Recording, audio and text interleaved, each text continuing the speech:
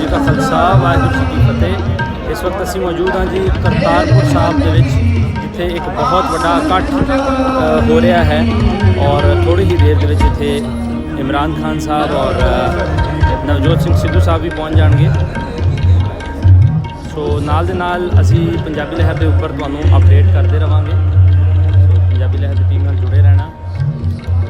ननकाना साहब तो सिख संगतां पहुँच चुकियां ने, नाल दे नाल जो वीर इत्थे मेहमान थोड़े बहुत पहुँच चुके हैं और MPA साहब भी थोड़ी देर च पहुँच रहे हैं, सिद्धू साहब भी पहुँच रहे हैं। नाल नाल असीं तुहानूं जोड़ते रहांगे जी। Thank you.